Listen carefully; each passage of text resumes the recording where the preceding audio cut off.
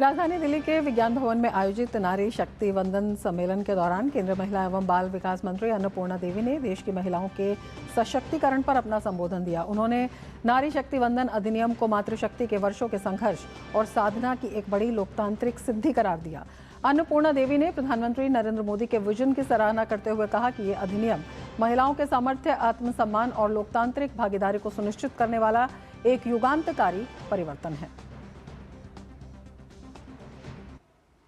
साथियों, नारी शक्ति वंदन अधिनियम हमारी मातृशक्ति के वर्षों के संघर्ष और साधना की लोकतांत्रिक सिद्धि का महापर्व है। यह महिलाओं के सामर्थ्य, आत्मसम्मान और लोकतांत्रिक भागीदारी को सुनिश्चित करने वाला युगांतरकारी परिवर्तन है। माननीय प्रधानमंत्री जी, आपने हमें यह दृष्टि दी है जिससे आज भारत की बेटियां विकास रथ की ध्वजवाहक बन रही हैं। दिल्ली की मुख्यमंत्री रेखा गुप्ता ने विज्ञान भवन में आयोजित नारी शक्ति वंदन सम्मेलन के मंच से प्रधानमंत्री नरेंद्र मोदी के विजन की जमकर सराहना की। मुख्यमंत्री ने महिला आरक्षण बिल को एक ऐतिहासिक निर्णय बताते हुए कहा कि ये कदम देश में वुमेन लेड डेवलपमेंट यानी महिला नेतृत्व वाले विकास के नए युग की शुरुआत करेगा। रेखा गुप्ता ने जोर देकर कहा कि संसद और विधानसभाओं में 33% आरक्षण मिलने से अब देश की नीतियों और महत्वपूर्ण निर्णयों में महिलाओं की सीधी भागीदारी सुनिश्चित होगी। ये बिल जिससे विधानसभा में, पार्लियामेंट में 33% महिलाओं को आरक्षण देने का आपका ये निर्णय आपका विजन दिखाता है, जो केवल देश में डेवलपमेंट नहीं, वुमेन लेड डेवलपमेंट, जिसके माध्यम से देश के निर्णयों में, देश की नीतियों में अब देश की महिलाएं अपनी सहभागिता कर सकती हैं। और हमारे साथ इस वक्त अदिति टंडन जुड़ी हुई हैं और ज़्यादा जानकारी उनसे समझते हैं कि क्या कुछ ये ऐतिहासिक कदम है और क्या कुछ इससे परिवर्तन आएगा। और जया सिन्हा हमारी संवाददाता भी हमारे साथ जुड़ी हुई है। जया, सबसे पहले आप बताइए कि क्या कुछ कहा प्रधानमंत्री ने, प्रधानमंत्री की बड़ी बातें क्या क्या रहीं? बिल्कुल, प्रधानमंत्री ने जिस तरह से आज यहाँ इस विज्ञान भवन में मौजूद देश भर से विभिन्न क्षेत्रों से जुड़ी महिलाओं का ना सिर्फ आभार व्यक्त किया कि वो आज नए भारत और एक मजबूत आत्मनिर्भर भारत के संकल्प में, उसकी संरचना में अपना मूल्य योगदान दे रही हैं। और जिस तरह से बीते 10 वर्षों में एक कोशिश रही मोदी सरकार की ना सिर्फ महिलाओं के विकास की बात करने की बल्कि वुमेन लेड डेवलपमेंट की बात करने की, कि कैसे हम महिलाओं को केंद्र में रखकर विकास की धारा को आगे बढ़ा सकते हैं, क्योंकि ये भारत की आधी आबादी आज भारत के नए भारत के संकल्प में, आत्मनिर्भर भारत को और मजबूती प्रदान करने में जो अपने जीओ जान से जुटी हुई है। लेकिन ये जो तैयारी है वो आज की नहीं है। प्रधानमंत्री ने उन तमाम संघर्षों का जिक्र किया, उन चुनौतियों का जिक्र किया जो पहले महिलाएं जिससे जूझ रही थी और जिसके बाद लगातार एक के बाद एक इनिशिएटिव्स लगाए गए, एक के बाद एक योजनाएं दी गई, जिसकी वजह से महिलाओं ना सिर्फ अपने पैरों पर खड़ी हुई, ना सिर्फ उन्होंने अपना विकास किया, क्योंकि आज अपने परिवार को साथ लेकर आगे चल रही हैं। क्योंकि आज की महिला जो है अपने घर की चारदीवारी को लांघ कर आगे बढ़ चुकी है और आज पूरे देश के अपने परिवार के साथ साथ समाज को भी सुदृढ़ कर रही है। जो विभिन्न योजनाएं रही, कभी किसी ने सोचा था कि जो प्रधानमंत्री नरेंद्र मोदी ने जब लाल किले की प्राचीर से ये नारा दिया था कि हमारे घर की महिलाओं के लिए शौचालय बेहद जरूरी है, हर घर में एक शौचालय मिलना चाहिए, वो सिर्फ एक शौचालय, एक टॉयलेट महिलाओं की सुरक्षा के लिए कितनी अहम कड़ी बन के हो गया। तो यही तमाम चीजें थी, किस तरह से योजनाएं हुई। आज महिलाएं को खर्च के लिए जब पैसे होते हैं तो कैसे उन महिलाओं का जो अपने घरों के डिब्बे में जो पैसे छुपाती थी उनके लिए एक बैंक खाता खुला, कैसे महिलाओं घर से बाहर निकली और कैसे उन्होंने अपना काम किया। तमाम ऐसी चीजें थी जिसको लेकर उन्होंने बात कर। बिल्कुल, अदिति भी हमारे साथ जुड़ी हुई हैं। जिस तरह से उन्होंने कहा कि कैसे महिलाएं आज निकल के बाहर अपने घरों से बाहर आ रही हैं और महिलाओं ने इस बात को किया और कैसे आज मोदी सरकार की विजन ने तमाम नीतियों और योजनाओं के चलते महिलाओं को सशक्त किया, लेकिन अब आर्थिक और सामाजिक भागीदारी के बाद बात है राजनीतिक भागीदारी की, जिसकी बहुत जरूरत थी। क्यों? क्योंकि जब तक ये महिलाएं पंचायत से निकलकर पार्लियामेंट तक नहीं पहुंचेंगी, हमारे देश की नीति निर्माण में जो प्राथमिकता है, एक महिला का जो सोच है, एक विजन है, कैसे वो आएगा। तमाम तरह के उदाहरण प्रधानमंत्री नरेंद्र मोदी ने दिए कि कैसे गुजरात में जब वो मुख्यमंत्री थे और कैसे पंचायत की महिलाएं उनसे मिलने आई थी और क्या उनका उस वक्त जो उनका जो विजन था, जो उनकी सोच थी, उसी सोच के साथ, उसी उदाहरण के साथ प्रधानमंत्री ने आगे की कमान संभाली कि कैसे पंचायत में जब प्रतिनिधित्व दिया गया, उसके अनुभव को साथ में लाते हुए आज नारी शक्ति वंदन अधिनियम के साथ हम आगे बढ़ रहे हैं।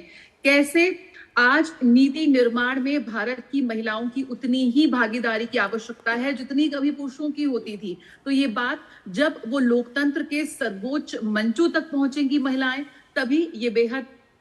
तभी जो वुमेन लेड डेवलपमेंट का विजन है, वुमेन लेड डेवलपमेंट का जो एक नारा यहाँ पर मोदी सरकार ने दिया है, वो पूर्णतः रूप से सफल होगा। और उसी की वानगी आज हमने देखी कि किस तरह से सशक्त महिलाएं सशक्त भारतवर्ष के वैश्विक मंच पर उभरते व्यक्तित्व को और भी मजबूती प्रदान करती हुई नजर आ रही हैं। चाहे किसी भी क्षेत्र में हो, आज वो महिला अपने सपनों को जी रही है, और क्यों ना जब वो अपने घर से बाहर निकलकर अपने घर को चला सकती है, समाज को चला सकती है, तो क्यों नहीं वो आज अपने देश के लोकतंत्र के मंदिर के सबसे बड़े बिल्कुल, अदिति टंडन भी हमारे साथ जुड़ी हुई हैं। अदिति जी, आपसे समझना चाहेंगे, प्रधानमंत्री ने कहा कि एक स्वर्णिम युग की शुरुआत हो रही है, जहां पर हम बात करते हैं न केवल महिलाओं की बराबर भागीदारी की, बल्कि निर्णय क्षमता में वृद्धि की, निर्णय शक्ति की। अपने आप में किस तरह से स्वर्णिम इतिहास लिखा जा रहा है, समझना चाहेंगे क्यों ये ज़रूरी है, क्या कुछ इसका असर होगा? देखिए, भारत के इतिहास को अगर आप देखेंगे, पढ़ेंगे, तो आप ये जानेंगे कि राजनीतिक सशक्तिकरण महिलाओं का बहुत पहले हो चुका है, क्योंकि हम कुछ ऐसे देशों में से हैं जिन्होंने राइट टू वोट महिलाओं को इंडिपेंडेंस पे ही दे दिया था। इसके बाद आपको याद है कि पंचायती राज इंस्टीट्यूशंस में महिला आरक्षण का प्रावधान हुआ, जिसका आज बहुत बढ़ चढ़कर जिक्र प्रधानमंत्री ने अपने भाषण में भी किया। उन्होंने कहा कि कैसे 14 लाख महिलाएं पंचायती स्तर पर अब कितनी इम्पोर्टेंट भूमिका में नजर आ रही हैं और अपनी गांव को एक नई शक्ति और एक नया स्वरूप देने में लगी हैं। तो ये एक बहुत नेचुरल प्रोग्रेशन है जो महिला आरक्षण लोकसभा और स्टेट की जो राज्यों की जो असेंबलीज हैं उसमें होने जा रहा है। इनफैक्ट ये बहुत देर तक लंबित रहा, और क्यों रहा ये राजनीतिक दलों को इंट्रोस्पेक्ट करना चाहिए। ये इतनी देर तक लंबित नहीं रहना चाहिए था। एक ऐसे देश में जहां पहली head of government Indira Gandhi 1966 में ही बन गई थी। आप देखिए दिल्ली, आप देखिए विश्व के जितने बड़े डेमोक्रेटिक नेशंस अपने आप को कहलाते हैं, जो पूरे विश्व को डेमोक्रेसी का लेक्चर भी देते हैं, अगर आप उनको कंपेयर करेंगे भारत से, तो हमारे यहाँ इंदिरा गांधी जी प्रधानमंत्री बन गई थी 1966 में, लेकिन मार्गरेट थैचर यूके में कब जाके प्राइम मिनिस्टर बनी? 1979 में। स्विस फेडरेशन की पहली प्रेसिडेंट बनी जाकर 1999 में, जर्मनी में 2005 में, फ्रांस में अभी तक महिला प्रेसिडेंट हुई नहीं, यूनाइटेड स्टेट्स में अभी तक महिला प्रेसिडेंट हुई नहीं। तो कहने का मतलब है कि भारत के मूल में ही इक्वालिटी है। मतलब हमें ऐसा नहीं कि पढ़ाई जाए या हमें ज़रूरत है किसी के बताने की कि महिला आरक्षण क्यों ज़रूरी है। महिला आरक्षण, इनफैक्ट डिबेट ये है कि इतना लेट हुआ क्यों। बहुत सी पॉलिटिकल पार्टीज को ये आंसर देना चाहिए देश की महिलाओं को कि इतनी देर क्यों लगी पॉलिटिकल विल बनाने में, कंसेंसस बनाने में। ये जो एजेंडा है ये तो 1996 से लंबित है, तो इतने साल कैसे लग गए? मतलब हम ऑलमोस्ट अब कितने 2026 में इसकी बात कर रहे हैं, और अभी भी ये दुर्भाग्य की बात है कि कंसेंसस की एक जिसको कहते हैं उम्मीद थी, वो उभर कर नहीं आ रही है। देखिए, राजनीति अपनी जगह है, लेकिन ये एजेंडा अपनी जगह है। इस एजेंडा को पूर्ण करने में सारी पार्टीज को अपना योगदान देना चाहिए, सिर्फ इसलिए क्योंकि सब पार्टीज ने इस बिल को आगे ले जाने में अपनी भूमिका आगे भी निभाई है। ऐसा नहीं कि कांग्रेस पार्टी ने अपनी भूमिका नहीं निभाई। आपको याद होगा कि सोनिया गांधी ने पर्सनली पायलट किया था ये बिल 2008 में, और किन वजहों से वो पारित नहीं हो पाया था। अब एक नई सरकार है, भाजपा की सरकार है, वो एक आम सहमति बना के इसको पारित करना चाहती है। तो ये जो मुद्दा है, जैसा कि प्रधानमंत्री ने कहा और तमाम नेता भी कहते हैं कि ये पार्टी पॉलिटिक्स से ऊपर का मुद्दा है, देश की आधी आबादी का मुद्दा है। ये हमारे देश की महिलाओं को, जिसको कहते हैं कि सचमुच में, सच्चाई में एक मीनिंगफुल पॉलिटिकल रिप्रेजेंटेशन देने का मुद्दा है। और जैसा कि आज प्रधानमंत्री ने अपने भाषण में कहा, ये 21वीं सदी का बहुत बड़ा एक डिसीजन होने जा रहा है, जो अगर सहमति से हो तो पूरे देश में एक बहुत उमंग और उत्साह की लहर जाहिर सी बात है कि दौड़ेगी। बिल्कुल, उम्मीद करेंगे अदिति कि 16 अप्रैल से इस पर जिस तरह से प्रधानमंत्री ने भी कहा कि विपक्ष ने कहा था कि कानून बन जाए लेकिन उसके बाद ये लागू ना हो, ये कैसे हो सकता है। तो हम सहमति के साथ सबको साथ लेकर इस ऐतिहासिक कदम को आगे बढ़ाना चाहते हैं। विपक्ष की सहमति मिलती नजर आएगी क्योंकि 4 दशक के बाद जो है ये कदम उठाया जा रहा है और ये जो कहा जा रहा था वो सच्चाई में परिणत होने जा रहा है, तो अपने आप में काफ़ी महत्वपूर्ण हो जाता है। और जिस तरह से विपक्ष ने भी कई बातें उठाई हैं और जिस तरह से आपने भी बताया है कि लगातार 4 दशक तक क्यों ये नहीं हो पाया, इस पर भी एक बड़ा सवाल है। अब जबकि ये होने वाला है, इसमें जो विपक्ष का एक सपोर्ट या विपक्ष का एक जिसे कहते हैं कि सकारात्मक रुख किस तरह से अपेक्षित है? देखिए, इसमें अब ऐसा प्रतीत हो रहा है कि ये जो एजेंडा है, सरकार अपनी पूरी मंशा और अपनी पूरी शक्ति से लाने वाली है। ये भी जाहिर सी बात है कि सरकार ने बहुत सारी पॉलिटिकल पार्टी से इस बारे में डायलॉग भी किया है जी। आज ही हमने सोनिया गांधी जी का लेख देखा एक प्रमुख अखबार में, जिसमें उन्होंने कहा है कि मुद्दा जो है, जो प्रॉब्लम है कांग्रेस पार्टी की, वो बेसिकली डीलिमिटेशन को लेके है और महिला आरक्षण को लेके नहीं है।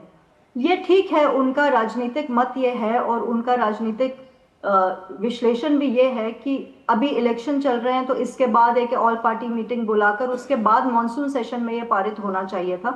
पर कहने की बात ये भी है, याद रखने की बात ये भी है कि जब 2023 में नारी शक्ति वंदन अधिनियम पास हुआ था, तब राहुल गांधी जी उन्होंने उठकर और बहुत प्रखर होकर ये बात उठाई थी कि ये आज ही क्यों नहीं लागू हो रहा, इसको लागू होने में देरी क्यों हो रही है।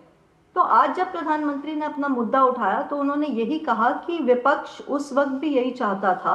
इनफैक्ट कांग्रेस पार्टी ने बहुत प्रबलता से ये बात अपनी रखी थी, सोनिया गांधी जी ने भी यही बात रखी थी कि उसी वक्त ये लागू होना चाहिए और कोई वजह नहीं है कि आरक्षण का बिल पास हो जाए, एक्ट बन जाए, वो लॉ बन जाए और फिर 2034 तक महिलाओं को वेट करना पड़े कि उनकी आरक्षण 2 लोकसभा और स्टेट असेंबलीज में होगा। और ये एक बहुत जायज सी मांग थी। आज जब मोदी जी बोल रहे थे तो उन्होंने अपने भाषण में यही कहा कि हम चर्चा कर रहे थे तमाम स्टेक होल्डर्स से, और चर्चा करके अब एक मुखौटा और अब एक स्वरूप जो भी बना है इस पर्टिकुलर पूरे एजेंडा का, उसमें ये नजर आ रहा है कि अब ये पारित होने की स्थिति में है। तो इसी वजह से अब सरकार के तमाम जो नेता हैं, सरकार के मंत्री हैं, जो प्रधानमंत्री हैं, उन सब ने अपील की है सारे पॉलिटिकल पार्टी से कि एक साथ होके अब अपने जो भी इसको लेके अलग अलग मत हैं उनको छोड़ दें और अब इस नेशनल रेलेवेंस और नेशनल इंपॉर्टेंस के मुद्दे पर एक होकर इसको पारित होने दें, क्योंकि ये बहुत लंबित मामला है, बहुत देर से स्टैट्यूट बुक में आ नहीं पाया है और अब इसका वक्त आ गया। अदिति, 2 चीज़ें इसमें देखने को आती हैं। एक तरफ तो विपक्ष कहता है कि इसको तुरंत हो जाना चाहिए, 2023 में ही कहा राहुल गांधी ने कि इतना लंबा ये क्यों खींचेगा इसको, जब ये हो गया है तो अब ये लागू होने में इतनी देरी क्यों है। दूसरा बड़े सवाल, उनकी सरकार जो है लंबे समय तक शासन में रही है, 4 दशक बहुत ज़्यादा होते हैं, उसमें ये क्यों नहीं हो पाया। दूसरा, जब प्रधानमंत्री कहते हैं या सरकार कहती है कि इस पर एक सकारात्मक चर्चा होनी चाहिए, उस पर वो कई तरह के सवाल उठाते हैं, चाहे कोटा से संबंधित हो, चाहे परिसीमन से संबंधित हो। तो क्या ये एक सियासी डिले है या फिर एक श्रेय जो है सरकार को मिलता दिखता है, तो उसे भी कहीं ना कहीं पीछे करने की कवायद आपको इसमें सियासत पे दिखाई देती है विपक्ष की? देखिए, हम इस बात को डिस्काउंट नहीं कर सकते हैं कि 5 प्रदेशों के चुनावों के बीच में ये मुद्दा अभी उठा है और विपक्ष अपना काम कर रही है। ऑपोजिशन का काम है सरकार पे सवाल उठाना। तो उस लिहाज से जो कांग्रेस पार्टी इस वक्त कर रही है, उनकी एक जायज पोजीशन है। वो ये कह रहे हैं कि ये डीलिमिटेशन की तरफ जो है उनकी प्रॉब्लम है। वो नहीं चाहते कि 2011 के सेंसस पे जो ओल्ड पॉपुलेशन डेटा है उस पे डीलिमिटेशन करके महिला आरक्षण दिया जाए। तो ये एक बड़ी नेचुरल सी बात है कि राजनीति में तो राजनीति होगी, तो इसमें कोई बड़ी बात नहीं है। लेकिन मुझे लगता है कांग्रेस पार्टी जो देश की बहुत पुरानी पार्टी है, जिसने बहुत लंबे अरसे तक महिला आरक्षण की जो बात है उसको आगे रखा है। इनफैक्ट राजीव गांधी जी ने पंचायती राज का सारा रिजर्वेशन पारित किया था, पायलट किया था, और उसका श्रेय भी कांग्रेस पार्टी को जाता है और वो बार बार नेता लेते भी हैं और लेना भी चाहिए। तो अब जब महिला आरक्षण की बात नेशनल लेवल पे हो रही है तो मुझे नहीं लगता कि कांग्रेस पार्टी को किसी और मुद्दे को आगे रख के इस मुद्दे को नीचे रखना चाहिए, क्योंकि उनका अपना भी इसमें स्टेक है। ऐसा नहीं कि कांग्रेस पार्टी ने महिला आरक्षण के लिए कोई काम नहीं किया या इस लेकिन मुद्दे वही पर अदिति सवाल फिर वही बड़ा आ जाता है कि अगर काम भी किया था, अगर बात भी की थी तो ये अब तक हो जाना चाहिए था। लेकिन उससे इतर, सियासत से इतर भी अगर हम इसको देखते हैं तो कितना ये संवेदनशील मुद्दा है। अभी अगर हम संसद में देखते हैं या विधानसभाओं में देखते हैं, कुल 13% से कुछ ज्यादा है, 20% तक ये बढ़ जाएगा। तो निर्णयों में जो संवेदनशीलता है महिलाओं के प्रति वो कितनी बढ़ेगी और इसका असर जो है वो कितना व्यापक होगा, इसको कितना ध्यान में रखना चाहिए? देखिए, सबसे पहले तो तमाम पार्टीज को ये सोचना चाहिए कि ये पार्टी पॉलिटिक्स का मुद्दा ही नहीं है जी, ये नेशनल लेवल का मुद्दा है। ये मैंने जैसा कहा कि 50% हमारी देश की आबादी का मुद्दा है और ये तमाम पार्टीज का मुद्दा है। ये क्रॉस पार्टी मुद्दा है, ये भाजपा या सियासत से ऊपर उठकर है। बिल्कुल उनको ये समझना चाहिए कि अगर ये आरक्षण पारित होता है 16 से 18 तक, जो कि बहुत प्रोबेबल अब लग रहा है, तो ये जो श्रेय है ये पूरी देश की महिला शक्ति को जाने वाला है, किसी एक पार्टी को नहीं जाने वाला, क्योंकि सब पार्टीज ने इसमें कंट्रीब्यूट किया हुआ है। दूसरा, आपने बिल्कुल ठीक कहा कि जिसको कहते हैं मीनिंगफुल रिप्रेजेंटेशन सोसाइटी में तब आती है जब आप पॉलिटिकल रिप्रेजेंटेशन किसी सेगमेंट को देते हैं। उस पॉलिटिकल रिप्रेजेंटेशन से क्या होता है कि उस तबके की जो आवाज है वो लॉ मेकिंग में दिखाई देती है, पूरी विधायी प्रक्रिया में सेंसिटिविटी आती है। आज जब प्रधानमंत्री बोल रहे थे तो दो बातें उन्होंने बहुत इंपॉर्टेंट बोली। उन्होंने ये बोला कि किस तरीके से महिलाओं के जब खाते खुलवाए गए और पैसा सीधा महिलाओं के खाते में आया, तो किस तरीके से वो पैसा बहुत व्यापक डेवलपमेंट एक्टिविटीज में जाकर लगा। तो जब हम विकसित भारत की बात करते हैं और जब हम कहते हैं कि विकसित भारत के जो 4 स्तंभ हैं उसमें से महिलाएं प्रमुख हैं और इसीलिए विमेन लेड डेवलपमेंट की भी बात हमारे देश में होती है, तो हम बेसिकली यही कहते हैं कि महिलाओं को सशक्त करने का मतलब है समाज को सशक्त करना। और जब तक देश की आधी आबादी को देश की विधायी प्रक्रिया में, पॉलिसी मेकिंग में आवाज नहीं मिलेगी, तब तक ये मीनिंगफुली नहीं हो पाएगा।